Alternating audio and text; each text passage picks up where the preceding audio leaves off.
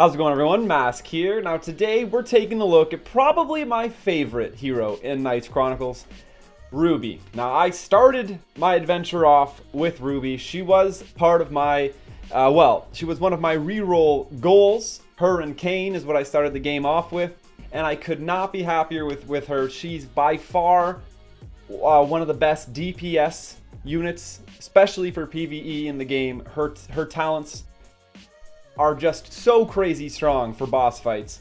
Let's just jump right into it. Let's take a look at her skills. Ruby has the ability to increase your whole team's attack by 60% if they are all wind heroes.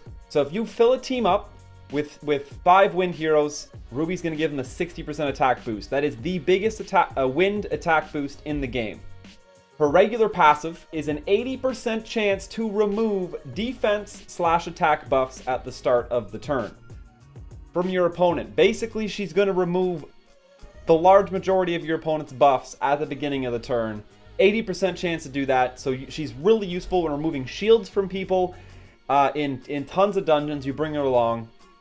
Defense buffs, attack buffs, it's going to help you clear the dungeon better. I mean, even PvP, just as good in PvP. But her level 60 talent is a 50% chance to decrease all skills cooldowns by 1 turn when attacked. And when this procs, she restores 20% of her max HP. That is crazy. 50%. Half of all of the attacks that hit her are going to heal her by 20% and reduce all of her cooldowns by 1. Considering most bosses have cleave or even AoE hits, she's just constantly healing when bosses are hitting her and getting her cooldowns back. Going to be able to use her ult faster, her skill 2 faster. This is what really makes Ruby one of the best PvE damage dealers in the game. Now her skill 1 does 100% damage, or 100% of her attack to 1 target with a 40% chance to decrease skill 2's cooldown by 1 turn every time she uses it. Now her skill 2 inflicts damage equal to 200% of her attack to 1 target with a 65% chance to decrease skill number 3's cooldown by 1 turn. This is miss cooldown reduction right here. She's popping off her skills, and not to mention, this is only a 3-turn cooldown. Her skill 3 is only a 5-turn cooldown to start with. Inflicts damage equal to 300% of attack to 1 target. I have at level 2, so it's 330%. This, basically, she's going to be able to use Flying Kick on average once every 3 turns. Because she's going to, all she has to do is get hit, mathematically 4 times, which isn't that hard with counter attacks, multi attacks, all of those types of things, proccing her passive. So, with one of the lowest cooldowns on her ultimate skill, especially because of her kit, using skill 2 automatically makes this a 4-turn cooldown default. And then she only has to get hit twice at that point to make it a 3-turn cooldown. Basically, you're going to use skill 2. You're going to use skill 3, skill 2, skill 1, and you have a chance at that point to already have your skill 3 back up. It's pretty crazy. Now let's take a look at how I have her rune set up. I did fix this. Good. This has been messed up in a lot of the previous videos I've done about Advent Dungeons. One of the best, I would say the best way to run Ruby, almost hands down, is going to be a set of attack runes and a set of HP runes. Attack, she's a damage dealer. You want to get her as much attack as possible. But one stat that is extremely important to focus on for Ruby is HP.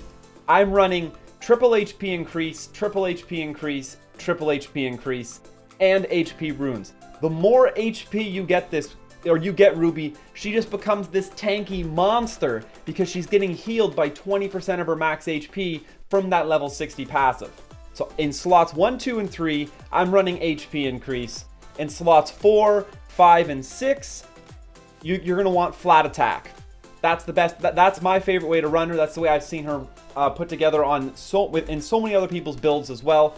This is my worst rune here. I only have 1 attack, the 2 accuracies. This one I'm waiting to replace. Hopefully from my half-off rune dungeon farming I've done in the last couple days, I will have a replacement for this rune.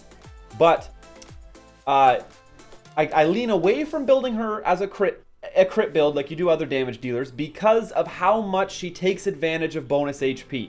She is honestly a tank damage dealer. That's the best way to look at her. I often position her in the middle of my team or off to the side or one off the middles just because she's able to take hits and she wants to take hits. That's why the HP increased substats, you're just taking advantage of them so much. And then, of course, attack is just going to make her do more damage with that skill 3 that's coming off cooldown faster than pretty well every other hero in the game. So, 4 Rune of Rage, 2 Rune of Life. But as always, guys, I'd love to hear your suggestions for the runes. Let's get that conversation going in the comments down below. How do you build your Ruby? How do you think we should build our Ruby? Let's talk about it. I'll be reading it. I'd love to hear it. But the HP runes are going to take advantage of her passive the most, and the attack runes is going to do more damage. Without any kind of passive crit or crit damage in the kit at all, it just seems kind of pointless to heavily invest in that from her runes. Now, as far as talents go, let's jump right into her talent page. In her level 50 talent, we have a 50% chance to recover 30% HP when using skill 3. Pretty much like I say in all my reviews, I'm not a big fan of anything activating, any bonus activation on skill 3 or skill 2 because of their cooldowns, unless it's very high and very impactful. Some characters have a 70% chance to hide when using skill 3, so I'm quite a big fan of those. Those are useful. But when you're up against elemental damage or attack, you don't really stand a chance. This is a damage dealing character, level 50 talent. We're taking 20% attack increase. Let's check out her level 52 tree. An 80% chance to cause one enemy to bleed for 2 turns when using skill 2. Now, like I've always said, this is a skill 2. It's got a 3-turn cooldown, but it is a very high percent chance of proccing, though 80%. But I'm only making 1 enemy bleed for 2 turns. Because of that, and look what it's up against. We have 30% damage increased dealt to bosses and increased damage dealt in the arena by 30%. For me, actually, to be perfectly honest with you guys, I'm about to change this because I'm still not really ready to commit my account to PvP yet, and I'm more focused on clearing PvE content right now. So I'm very glad I'm actually looking at this. I'm actually going to go ahead and re-roll this right now. The damage in the arena is going to be fantastic. Like I always rant in these. It is end game focused when your characters are already strong enough that you're clearing PvE content with absolute ease. That's when you're going to want to focus all your talents on being PvP talents. You want to increase damage in the arena or decrease damage in the arena.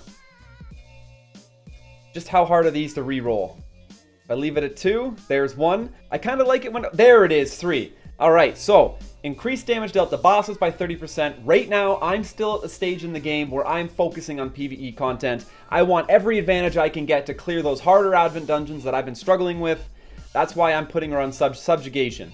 But if you're clearing all PvE content in the game with ease, you're not stressing about it, that's when you're going to switch everything over to Gladiator's Determination, bonus damage in the arena, as long as you're possibly considering using those units in the arena, because that's where you need every single advantage you can get.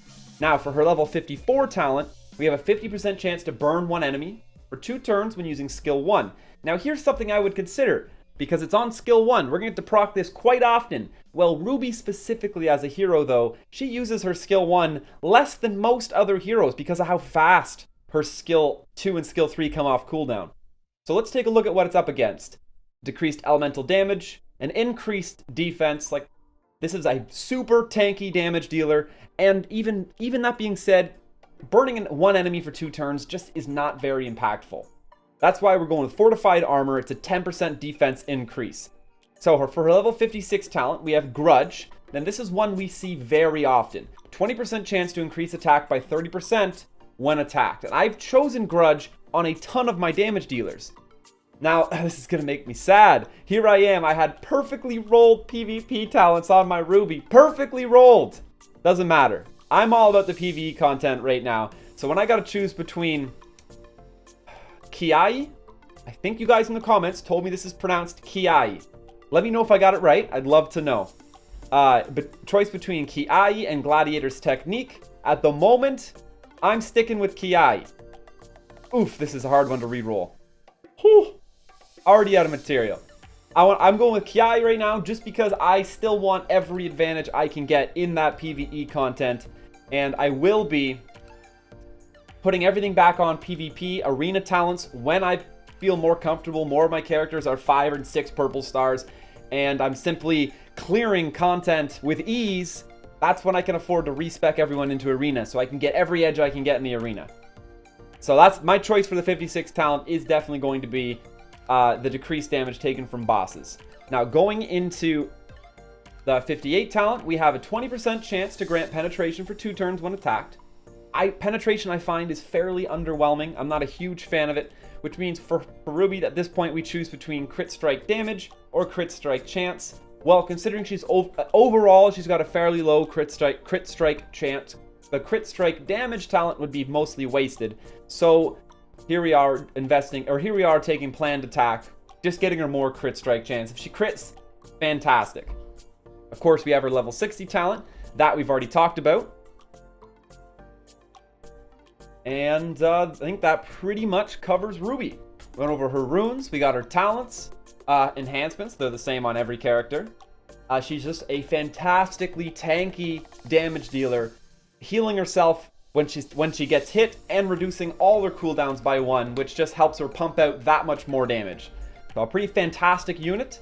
I'm gonna have to invest into fixing up her talents a little more, but at least you guys get to watch me change the talents, and I kind of explain my reasoning why, so you can really sort of understand the message I'm trying to get across. That early to mid game, focus on PvE. You really need to get that PvE content cleared. It's what's gonna allow you to progress as a whole, your whole account. Don't focus, and then start focusing on the arena once your PvE content is all getting cleared. You're clearing all the 4-star Advent dungeons. You're farming stuff with ease. That's when you can dial in back on focusing on the arena and get as high in the arena as possible. And you're gonna need those PvP arena talents to do that. But thanks for checking this out, guys. Hope you enjoyed it. Please check out my Facebook and my Twitter in the description down below. Check out those social medias. Let you know when new content's coming live, when I'm going live on Twitch. And of course, I now have a video to link you guys to. It should be coming up right here in the middle of the screen, to how to play Knights Chronicle on your computer with BlueStacks. BlueStacks is a great way to save your cell phone battery and play games on your computer with your better computer processing power. That's all I'm going to say about that now. Thanks for checking this out, guys. Smash that subscribe button and stay classy.